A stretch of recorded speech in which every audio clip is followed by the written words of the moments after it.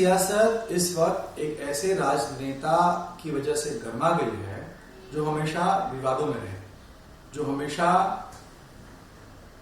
Target बने महाराष्ट्र की तमाम राइट विंग पार्टियों का। अब इस वक्त औरंगजेब को लेकर उन्होंने जो बयान दिया, उसके बाद उनका निलंबन हुआ। अब निलंबन के बाद गिरफ्तारी की बात हो रही है, जेल भेजने की बात हो रही है, और निलंबन में नहीं तो उनका एमएलए का स्टेटस पूरी तरह से रिवोक किया जाए, इस तरह की मांग भी छिड़ने लगी। मैं बात कर रहा हूं अबू हसन आजमी जी की, जो मेरे साथ मौजूद है। अभी साहब, आप हमेशा विवादों में रहते हैं, कोई बयान दे देते हैं जिससे विवाद आ जाता है, फिर आपके पीछे लोग लग जाते हैं, चाहे वो 2009 में एमएनएस की बात हो या उसके बाद अब 2024-25 की बात हम कर रहे हैं। यानी 16-17 साल से महाराष्ट्र की विधानसभा सत्र में आप हमेशा एक केंद्र बिंदु बने रहे विवादित बयान देकर। देखिए, ऐसा है, मैंने कभी भी आज तक कोई विवादित बयान नहीं दिया। सांच को आंच किया, मैं सच्चाई बात करता हूँ। अगर 2009 में मैं असेंबली में गया, उसके पहले मैं 2008 में पार्लियामेंट से वापस आया था। मैंने स्पीकर से पूछा कि साहब मुझे शपथ लेना है, मैं किस लैंग्वेज में ले सकता हूँ? उनका भारतवर्ष की किसी लैंग्वेज में भी आप ले सकते हैं। मैं हिंदी अच्छी तरह बोल सकता हूँ और यूपी से पढ़ा हूँ, तो मैंने कहा हिंदी में बोलूंगा। उन्होंने कहा हिंदी में बोले नहीं देंगे लोग, मराठी ये अपना एमएनएस के लोगों ने, तो ये विवादित क्या हो गया? मैंने हिंदी में बोला। भारतवर्ष की जबान हिंदी में इस मुल्क में बोलना अगर विवाद है और इस पे बहुत बड़ा घेरा खड़ा हो जाए, हिंदी में इस मुल्क में बोलना अगर विवाद है और इस पे बहुत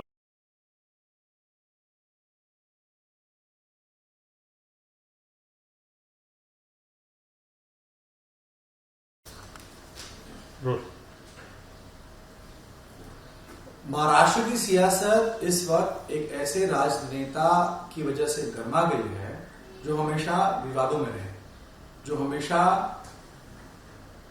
टारगेट बने महाराष्ट्र की तमाम राइट विंग पार्टियों का। अब इस वक्त औरंगजेब को लेकर उन्होंने जो बयान दिया, उसके बाद उनका निलंबन हुआ। अब निलंबन के बाद गिरफ्तारी की बात हो रही है, जेल भेजने की बात हो रही है, और निलंबन में नहीं तो उनका एमएलए का स्टेटस पूरी तरह से रिवोक किया जाए, इस तरह की मांग भी छिड़ने लगी। मैं बात कर रहा हूं अबू हसन आजमी जी की, जो मेरे साथ मौजूद है। अभी साहब, आप हमेशा विवादों में रहते हैं, कोई बयान दे देते हैं जिससे विवाद आ जाता है, फिर आपके पीछे लोग लग जाते हैं, चाहे वो 2009 में एमएनएस की बात हो या उसके बाद अब 2024-25 की बात हम कर रहे हैं। यानी 16-17 साल से महाराष्ट्र की विधानसभा सत्र में आप हमेशा एक केंद्र बिंदु बने रहे विवादित बयान देकर। देखिए, ऐसा है, मैंने कभी भी आज तक कोई विवादित बयान नहीं दिया। सांच को आंच किया, मैं सच्चाई बात करता हूँ। अगर 2009 में मैं असेंबली में गया, उसके पहले मैं 2008 में पार्लियामेंट से वापस आया था। मैंने स्पीकर से पूछा कि साहब मुझे शपथ लेना है, मैं किस लैंग्वेज में ले सकता हूँ? उनका भारतवर्ष की किसी लैंग्वेज में भी आप ले सकते हैं। मैं हिंदी अच्छी तरह बोल सकता हूँ और यूपी से पढ़ा हूँ, तो मैंने कहा हिंदी में बोलूंगा। उन्होंने कहा हिंदी में बोले नहीं देंगे लोग, मराठी ये अपना एमएनएस के लोगों ने, तो ये विवादित क्या हो गया? मैंने हिंदी में बोला। भारतवर्ष की जबान हिंदी में इस मुल्क में बोलना अगर विवाद है और इस पे बहुत बड़ा घेरा खड़ा हो जाए, मैं समझता हूँ ये बहुत अफसोस की बात है।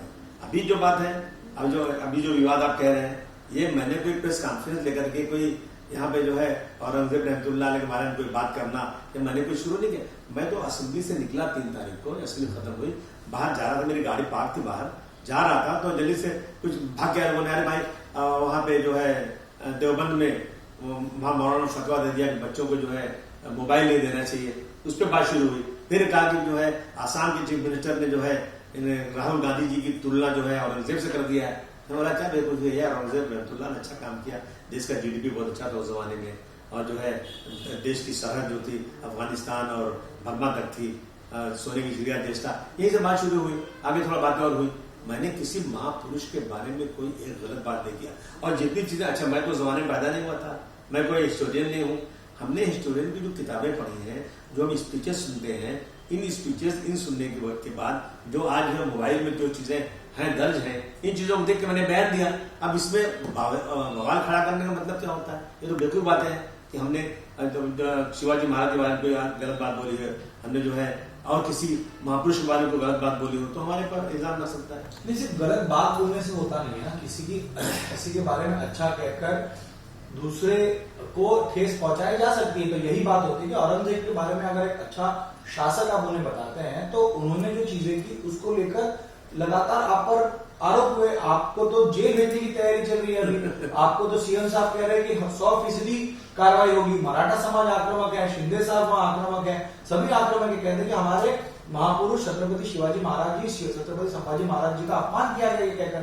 देखिए ऐसा है, मैं छत्रपति शिवाजी छत्रपति संभाजी महाराज का अपमान सोच भी नहीं सकता हूँ। मैंने तो असेंबली में बार बार मांग किया है, मुख्यमंत्री से मिलकर पर्सनल 5 बार मैंने बोला है कि सर कोई भी आदमी उठता है महापुरुषों के बारे में गलत बयान दे देता है, उनको अपमानित कर देता है, एक कानून बनाइए जिसमें कम से कम 10 साल सजा होना चाहिए और मैं महापुरुषों का अपमान करूंगा।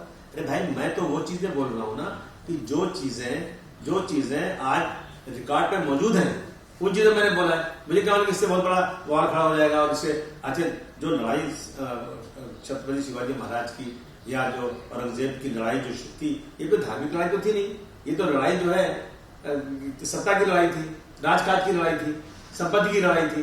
तो इसमें धर्म को लाने की क्या जरूरत है? धर्म को लाया, देखिए एक बात है, अब आज आपके खिलाफ एफआईआर रजिस्टर हुई है, जगह जगह एफआईआर ली जाएगी, कहीं भी ली जा सकती है एफआईआर। तो ऐसा ना जिसकी सत्ता होती है ना वो कहीं भी कोई एफआईआर करवा सकता है, लेकिन उसमें सच्चाई क्या है वो देखना चाहिए ना। नहीं आप एक तरफा बात कर रहे हैं ना, वही तो वो भी कह रहे हैं कि आप अच्छे शासक होने की बात कर रहे हैं, जो क्रूरता हुई उसका क्या? अगर से मुझे ये कहा जाए, मुझे एक पेपर मिले कि आईएएस के इंटरव्यू में ये पूछा गया कि कौन से मुगल शासक के जमाने में सबसे ज्यादा शासन प्रशासन में हिंदुओं के सम्मिलित थे, तो उसका जवाब है कि औरंगजेब। तो क्या कहूंगा कि मतलब ये औरंगजेब गलत है, ये लिखा हुआ है। अब उसका दूसरा रूप जो है, दूसरा पहलू यही सवाल, दूसरा पहलू आप क्यों? दूसरे पहलू मुझे किसी ने पूछा क्या, मैं पूछता हूँ नहीं दूसरे पहलू कोई बात करता मैं अभी क्या और फिर बॉल खड़ा करना चाहते हैं आप? बहुत कुछ हो गया। देखिए ऐसा है कि जो इतिहास की सच्चाई है वो मिटाई नहीं जा सकती। जो कुछ हुआ, जो लड़ाइयां होती हैं उसमें किसी की पराजय होती है, किसी की जीत होती है। हाँ किसी ने कुछ जाति की है तो इतिहास में लिखा हुआ जाति लिखी हुई है। मैंने जो पढ़ा है, देखिए मैं एक चीज से बहुत आकर्षित हुआ था। एक बार मैं बनारस गया था तो एक किस्सा मुझे बताया गया कि वहाँ एक लड़की थी, पंडित की लड़की, बहुत खूबसूरत लड़की थी वो। तो वहां पे जो इनके शासन में जो वहां पे अधिकारी था बहुत बड़ा, उसने कहा उसके बाप को, लड़की के बाप को बुला के बोला इस लड़की को मेरे से निकाह करना, सजा के ले आओ। घबरा गए बेचारे कि कहाँ जाए, किसी मदद मांगे, मुगलों का राज चल रहा है, इनकी मनमानी सब है। लेकिन वो बच्ची ने कहा नहीं अब रुकिए जरा। वो जाके मिली औरंगजेब रहमतुल्लाह से। मिलने के बाद औरंगजेब उसको आए और जिस दिन शादी की बात थी और लड़की को जब बुलाया गया शादी के लिए, लड़की वहां आई, यहाँ पहुंच कंबल होकर पहुंच गए और उन्होंने अपने सिपाही की दोनों टांग चिरवा दिया और वहीं बैठकर उन्होंने कुएं पर पंडित के पास नमाज पढ़ी। उन पंडित लोगों ने एक मस्जिद बनाई है, वो मस्जिद आज भी वो पंडित लोग देखभाल करते हैं जो हिंदू एरिया में। इन चीजों को देखने के बाद अगर मैंने इसको दोहरा दिया तो क्या बुरा कर दिया मैंने भाई? ये हिस्ट्री की सच्चाई है ना। ये इतिहास को हम भी मानेंगे, भारतवर्ष मानेगा, लेकिन इतिहास का दूसरा पहलू भी है ना, मैं वही कह रहा हूँ, उसका खंडन करेंगे आप। अगर वो खंडन देखिए ऐसा है ना कि देखिए इतिहास के बहुत सारे पहलू मुझसे जो पूछा गया मैंने बोल दिया। आप इस बात को आगे तूल देने की कोई जरूरत नहीं है। नहीं आदमी साहब देखिए आज एफआईआर आपको हो रही है, आपको तो जेल जाने की तैयारी भी चल रही है, तो मैं तैयार हूँ जाने के लिए। जाने की तैयारी औरंगजेब की नहीं, जो गवर्नमेंट ने मेरे ऊपर केस किया है, अगर हमारे फडणवीस साहब खुश होते मेरे जेल जाने से तो मैं जेल चले जाऊंगा। खुश की बात नहीं है, समाज एक इसके खिलाफ है। समाज कह रहा है कि हमारे छत्रपति को याचना दी, उन पर अत्याचार किया, तो उसको वो बात आप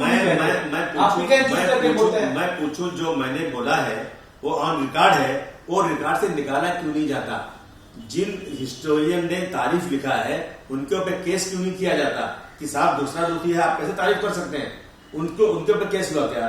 उन किताबों में बैंड लगा क्या? अगर लग गया तो मेरी हिम्मत थी क्या बोलने की?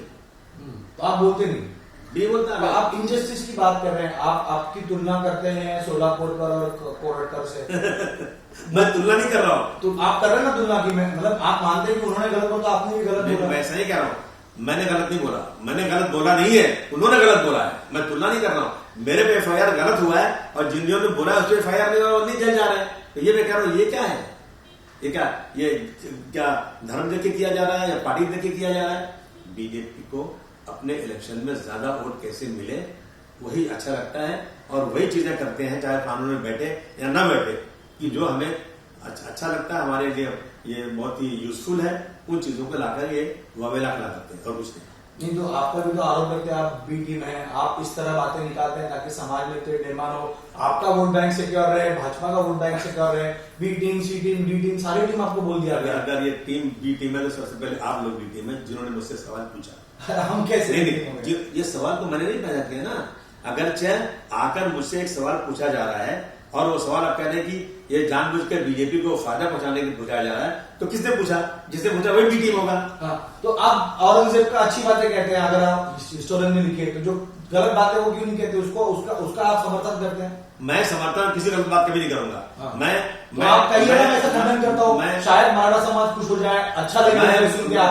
मैं जो है ना छत्रपति शिवाजी महाराज के का बड़प्पन एक बार नहीं 50 बार कर चुका हूँ। मैं मेरे एरिया में 50-60 लाख रुपए लगा करके एक बहुत बड़ा म्यूरल बना रहा हूँ कि छत्रपति शिवाजी का नाम ही शिवाजी नगर है। सुनिए, आप ये बताइए, फिर आप औरंगजेब की जो दूसरा पहलू जिंदगी का जो छावा पिक्चर में दिखाया गया, उसको भी आपने कहा कि गलत दिखाया गया हिस्टोरियंस के। मैं सबसे पहले सरकार से कहूंगा, जो हिस्ट्री के बुक में लिखा हुआ है, जो लोग आज भी टीवी पर खड़े होकर के बातें करते हैं, जो हिस्टोरियन है जिनकी बात को सही माना जाता है, उनके ऊपर क्या कार्रवाई की गई? अगर कार्रवाई की गई हो, बैन किया गया होता तो मेरी मजाक नहीं थी, वो नहीं थी। लेकिन ये पूरा मामला, और आप लगातार इस तरह लगता मुझे आपकी टीवी वाले बी टीम में लगता मुझे कैसे ये जो है इसलिए बी टीम है कि मुझे ऐसा सवाल पूछे क्यों आगे? देखिए, सवाल शुरू हुआ था, वो आप उसको टाल सकते थे। आप ये क्यों टाल सकते? आप कह सकते थे ना कि औरंगजेब अच्छा शासक था, हिस्ट्री में लिखा गया है, लेकिन इतिहास ये भी कहता है कि उसकी कितनी यातनाएं थी, कितनी अत्याचार किया लोगों पर। इस बात को आप कभी टच नहीं करते। अरे मैं राहुल गांधी को औरंगजेब से कोई तुलना कर रहा है, इसलिए मैंने बोल दिया। हमारे अखिलेश यादव जी को कभी आप जो औरंगजेब से तुलना करते हैं, बार बार ये सब बातें करते हैं, तो मैं अखिलेश जी को अच्छा कहूँ या खराब कहूँ, राहुल जी को अच्छा कहूँ या खराब कहूँ, उस लिए मैंने बोल दिया। अच्छा, ये आपने राहुल गांधी की बात की, राहुल गांधी तो आपके एमपीए के साथी हैं, आप भले ही नाराज करते हैं उनसे, लेकिन अखिलेश यादव ने आपका बीच बचाव करने की कोशिश की। उद्धव ठाकरे ने तो कह दिया कि उनको चाहिए तो उनको वहां से चुनाव लड़ाइए, वहां से जिताइए। बेचारे परेशान है, कौन? उद्धव ठाकरे बहुत परेशान बेचारे। उनका आजकल कोई सुनने वाला नहीं कि उनकी कोई जगह बची नहीं है। वो पहले ए टीम थे, बीजेपी के साथ थे, उनको हट गए, वो अब जीरो हो गए। और मुझे अगर ए टीम बी टीम कहते हैं ना, तो देख लेना थोड़े दिनों के बाद शायद वो खुद ए टीम में शामिल हो गए। मैं अभी सब तो ये क्या माहौल खराब होने से अच्छा है कि आप एक बात करें। आप क्या मानते हैं? चलिए हम ये मानते हैं कि इतिहास में अच्छा शासक लिखा होगा है, आप उसी को यहाँ पे मैं हमेशा लेकिन औरंगजेब की जो बातें इतिहास में ही, अरे मुझे क्या लेना देना भाई, पुरानी बातें सब आप क्यों नहीं कहते? वो सब पुरानी बातें मुझे क्या लेना देना? मैंने जो देखा सामने कहा, मैंने तो जानबूझ कोई ऐसी चीज नहीं किया है। जो इतिहासकारों का मेरे दिमाग में बातें थी, मैंने बोल दी अच्छी बातें। और वो जो बनारस की बात थी जिसमें विदेश हुआ था कि एक बच्ची के लिए जो उनका सीधा कर रहा था, उन्होंने इतना बड़ा कदम उठाया, दिल्ली से होकर बनारस गए, उस पर एक्शन लिया, एक अच्छा काम मुझे लगा। हम भी मानेंगे, लेकिन गलत काम के बारे में गलत काम बारे में मुझे पूछते तो बोल देता हूँ, गलत काम किसी पूछे नहीं, मुझे क्या करूँ? मैं पूछता हूँ अभी आपसे। अभी क्या पूछते हैं आप? मैं हिस्ट्री को पन्ने उठा के देखता हूँ। मैं संभाजी महाराज की जय जयकार हमेशा करता हूँ। मैं हमेशा जो है अपने हर साल मैं जो है छत्रपति शिवाजी महाराज के पुतले पर जाकर फूल चढ़ाता हूँ। आपको मैं दिखा दूं, मेरे पास 10 उसके फोटो पड़े हुए हैं। मैं ये कोई डर के नहीं बोल रहा हूँ, मैं हाउस में खड़े होकर बोलता हूँ कि आप लोग जो सरकार खड़ी होकर बोलती है ना कि हमारा महाराष्ट्र सरकार जो है छत्रपति शिवाजी महाराज के वसूलों पर चलती है, उनके बताए रास्ते पर चलती है। मैंने कहा बिल्कुल नहीं चलते आप लोग सांप्रदायिकता करते हो, आप हिंदू मुस्लिम लड़ाई करते हो। छत्रपति शिवाजी महाराज की फौज में बहुत सारे मुसलमान थे, उन्होंने बहुत सारी जगहें जो है स्वराज किया। उन्होंने उनके आगे पीछे मुसलमान थे, कुरान शरीफ गिरा हुआ मिला उठाकर ले जाकर उन्होंने कहा कि मस्जिद में रख दो। बहुत सारी मिसालें हैं, मैं तो उनकी जय जयकार हमेशा करता हूँ।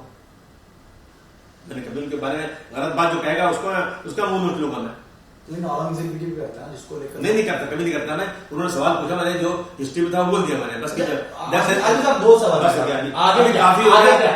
अब आपके खिलाफ आप पर गिरफ्तारी की तलवार लटक रही है। देखिए, सरकार के हाथ में जो कुछ सरकार कर सकती है, गिरफ्तार करना गिरफ्तार कर ले, जेल चला जाऊंगा, जब जमानत होगी वापस आ जाऊंगा, नहीं गिरफ्तार करेंगे तो काम करूंगा, जैसा होगा देखता हूँ क्या होता है। लेकिन आपका एमएलए सस्पेंशन के अलावा रिवोक, उसको खारिज कर देंगे तो मैं सोशल वर्कर बन के काम करूंगा, नहीं लड़ूंगा इलेक्शन आगे, सोशल वर्कर बन के काम करूंगा, लेकिन लोगों की सेवा करने का काम हमेशा करूंगा।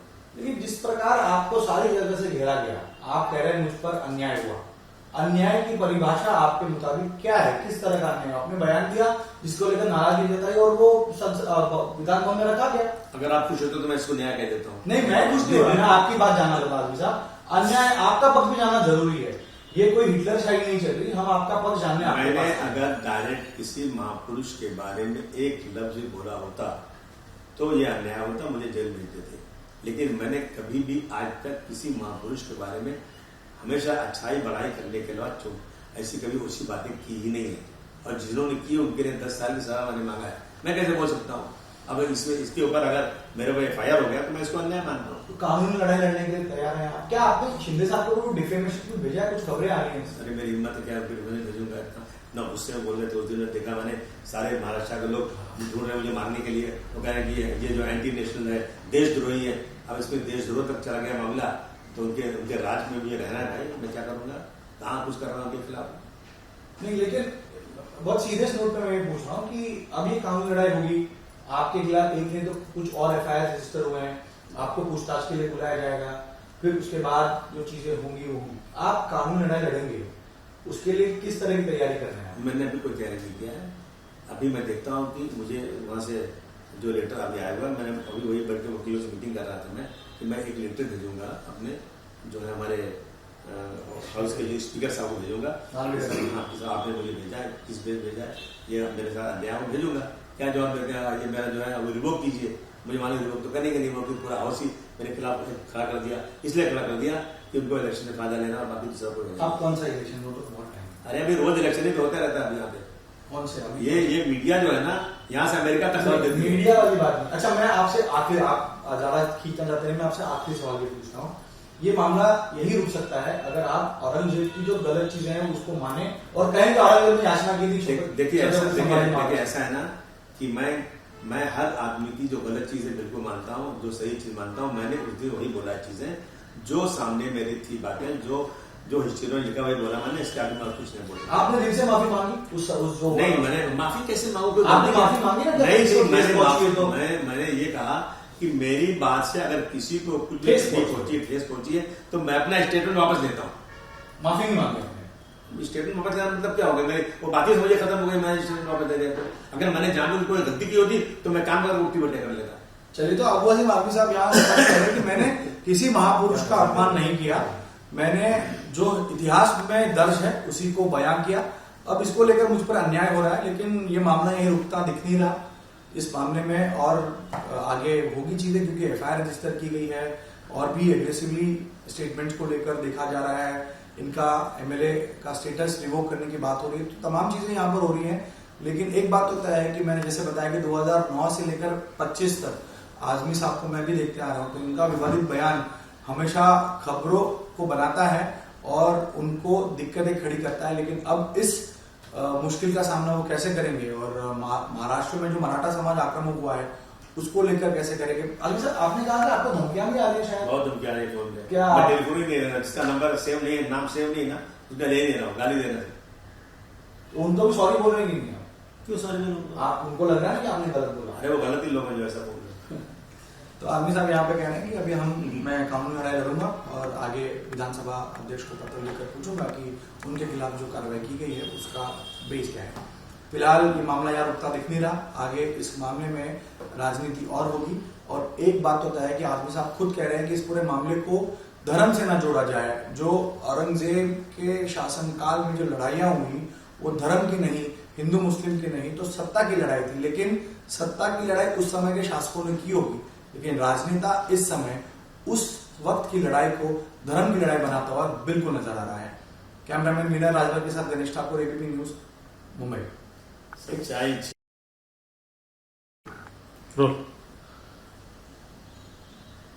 महाराष्ट्रात विधिमंडळात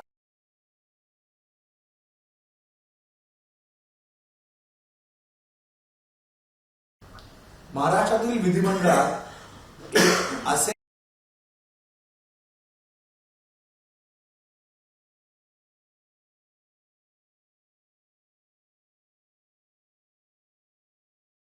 आणि त्यावर एवढा गदारोळ झालेला आहे। आता ते या पूर्ण विषयामध्ये FIR झाल्यानंतर त्यांना लीगल असिस्टन्स घेऊन ते याला लढतीलच, विधानसभा अध्यक्षांना पत्रही लिहिणार आहे. पण एक गोष्ट मात्र खरी की अबुझम आझमी आता म्हणाले की त्यावेळेची लढाई ही सत्तेची लढाई होती, पण त्या सत्तेची लढाईला आत्ताचे राजकारणी इथं धर्माची लढाई करण्याचा थोडा प्रयत्न करतात आणि यामुळे असे स्टेटमेंट झाल्यावर गदारोळ होतो आणि असा सामाजिक तेढी निर्माण होतो. म्हणून आपण कुठे थांबणार आहोत याकडे आपण एकदा विचार केला पाहिजे. सध्या इथेच थांबूयात. कॅमेरामॅन विनय राजवरसह गणेश ठाकूर, एबीपी माझा, मुंबई.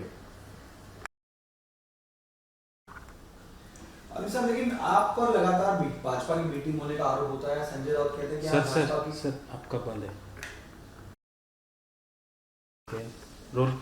अजय जी, आप पर भाजपा की बी टीम होने का आरोप होता है. संजय राउत कहते हैं कि आप भाजपा के स्क्रिप्ट पढ़ते हैं और इस वजह से इस तरह की कॉन्ट्रोवर्सी होती है. कोई वजह नहीं पड़ेगा संजय राउत साहब.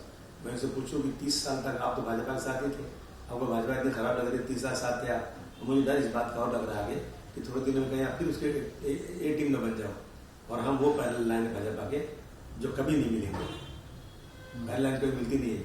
आप इन चीजों को बोल करके ना अपने वोट को बढ़ाने की कोशिश मत कीजिए. मैं बहुत क्लियर इंसान हूँ. आप एक काम करिए, उन टीवी वालों से जिन्होंने मुझे सवाल किया था ना, उनसे पूछिए कि वो लोग क्या भाजपा से पूछ के आए थे क्या मेरे पास बात करने, या मेरी ब्रेन मैकिंग कर दीजिए ना. नहीं, सवाल ये है कि आपका समर्थन इस बात पे कोई नहीं कर रहा है. योगी आदित्य आप जिस पार्टी से आते हैं वो उत्तर प्रदेश से ताल्लुक ज्यादा रखती हैं. अखिलेश यादव के धुर विरोधी उत्तर प्रदेश के मुख्यमंत्री योगी आदित्यनाथ ने आपके इस बयान पर आप पर सीधे निशाना साधा, कहा कि अगर ये बयान अगर आप उत्तर प्रदेश में देते तो आपको सबक सिखाते. सबक तो सिखा दिया, उनकी पार्टी तो यहाँ पे सबक तो सिखा रहे हैं मुझे. ये बयान जिसमें कोई गलती नहीं है उस पर सबक सिखाया जा रहा है. क्यों? इस बयान को लेकर के ये लोग जो है ना अपना जो उल्लू सीधा करना चाहते हैं और कुछ नहीं. सिर्फ हिंदुत्व के नाम पर लोगों को झूठ मूठ का बहका करके वोट लेना चाहते हैं और कुछ नहीं. तो यूपी में भी आपका विरोध हो रहा है जैसे योगी आदित्यनाथ. जहां बीजेपी है, जहां फिरका परस्ती, वहां विरोध होगा. एक और नेता है नीतीश राणे, जो यहाँ पर बहुत आक्रामक हिंदुत्व को उसका प्रचार करते हैं. उन्होंने सीधे कह दिया कि औरंगजेब की कब्र को उखाड़ देंगे अगर इस तरह के बयान आपको. ये अहंकार है ना. सत्ता में आ गए, जो चाहे कर लेंगे. वो तो उन्होंने कहा मस्जिद में घुस के मारूंगा. आज तक कोई केस नहीं हुआ, जेल कभी गए नहीं. मुख्यमंत्री कभी नहीं कहते कि इनको भी हम जेल भेज देंगे, क्योंकि मस्जिद में घुस के मारेंगे तो शायद ज्यादा वोट बढ़ जाएगा उनका. इस तरह के वक्तव्य तो रोज कराएंगे ऐसे लोगों से. तो क्यों कह रहा कि 20 लाख मुसलमानों को मार दो, वो भी जेल नहीं जाएंगे. और कब्र जो है इनकी कब्र को उठा के फेंक देंगे तो वो भी जेल नहीं जाएंगे. और मैं एक हिस्ट्री को दोहरा दूंगा तो मैं 100% जेल जाऊंगा. दोनों तरफ से बयान नहीं होने चाहिए ना. वो भी रुकेंगे, आप समाज में. मैं कभी नफरत वाला बयान देता ही नहीं, दूंगा भी नहीं.